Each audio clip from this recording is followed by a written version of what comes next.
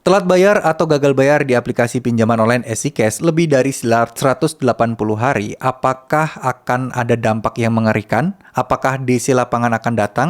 Yuk kita akan bahas di video kali ini. Apa sih sebenarnya resiko ketika kita telat bayar dan gagal bayar di EasyCash? Dan kira-kira bagaimana nih cara kita untuk menghadapi DC lapangan EasyCash yang datang menagih? Oke, yuk kita akan mulai dari resiko paling pertama kali yang akan kalian dapatkan, yaitu penagihan dari EasyCash. Nah, penagihannya memang cenderung hampir sama hampir dari setiap pinjol ya. Jadi ya hampir mirip-mirip lah skemanya. Telat sehari, 2 hari, 3 hari, itu telepon gencar-gencaran menelpon, dan ada satu hal lagi yang mungkin membuat resah, yaitu katanya data kita sudah diserahkan ke tim lapangan, yang mana tim lapangan nanti akan datang menagih ke kita. Ya, baru beberapa hari sudah dapat ancaman seperti itu. Kalian pasti juga pernah mengalaminya, dan ini hampir semua orang yang pernah galbe pinjol juga pasti akan pernah mendapatkan informasi seperti itu. Ya, itu memang udah SOP atau mungkin standar kali ya. Jadi masalah penagihan tentu saja ini akan sangat mengganggu, tapi ya kembali lagi apakah kalian mau terganggu dalam tanda kutip ya, atau kalian mengabaikannya, nah itu tergantung dari individu masing-masing. Nah sekarang soal resiko yang kedua itu adalah denda. Ya, denda ditambah bunga itu juga akan semakin berasa besar. Kita akan merasa utang kita ini kayak nggak selesai-selesai gitu ya. Tapi ya memang ya itulah apa adanya teman-teman ya. Memang kayak gitulah prosesnya.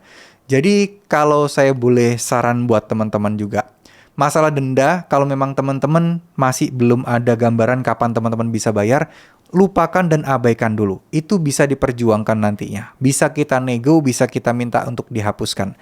Ya, memang tidak ada probabilitas, tidak ada kepastian 100%, hanya probabilitas, tapi rata-rata yang udah galbe lama bisa kok mengajukan untuk pemotongan bunga, denda, dan lain sebagainya. Ya, itu untuk masalah bunga. Dan untuk soal bunga, teman-teman juga nggak perlu khawatir kalau utang kalian bisa jadi berkali-kali lipat.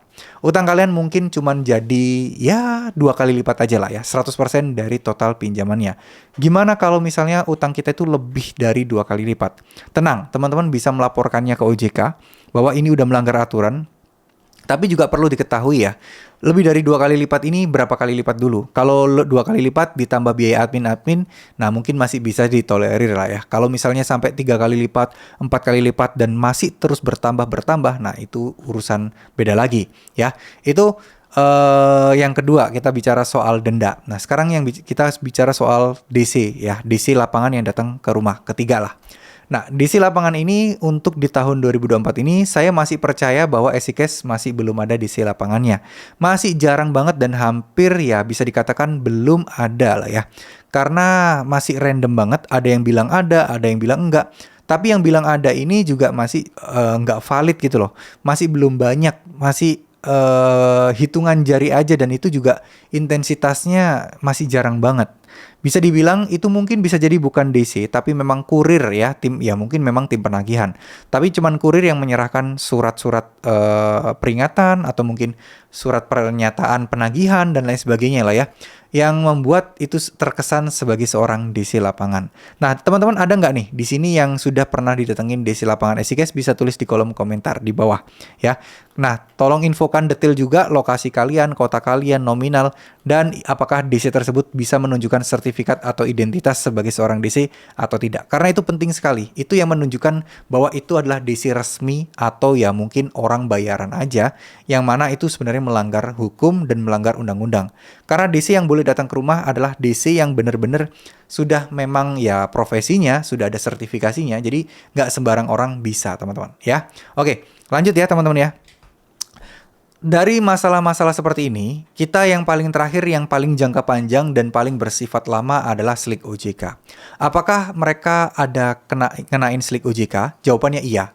EasyCash ada slik OJK-nya. Sayangnya iya. Namun di sini teman-teman juga tidak perlu khawatir bahwa slik OJK itu tidak semenakutkan seperti yang teman-teman bayangkan. Jadi menurut saya tidak usah takut lah ya soal slik OJK, karena kita perlu apa ya istilahnya, perlu tahu dulu apa planning kita ke depan. Slik OJK akan sangat-sangat berdampak kalau kalian pengen mengajukan pinjaman di tempat lain, mengajukan kredit rumah, nyicil mobil gitu ya yang nilainya besar, itu biasanya akan melihat slik OJK juga. Jadi itu tidak akan bisa terwujud kalau Slik OJK kalian masih bermasalah. Tapi kalau jangka panjang kalian masih belum ada kepikiran untuk nyicil rumah, beli rumah ya dengan kredit maksudnya, atau nyicil mobil, atau pengen permodalan, atau ada usaha baru, nah itu baru akan sangat bermasalah teman-teman. Ya, terima kasih. Semoga apa yang saya sampaikan bisa bermanfaat. Wassalamualaikum warahmatullahi wabarakatuh.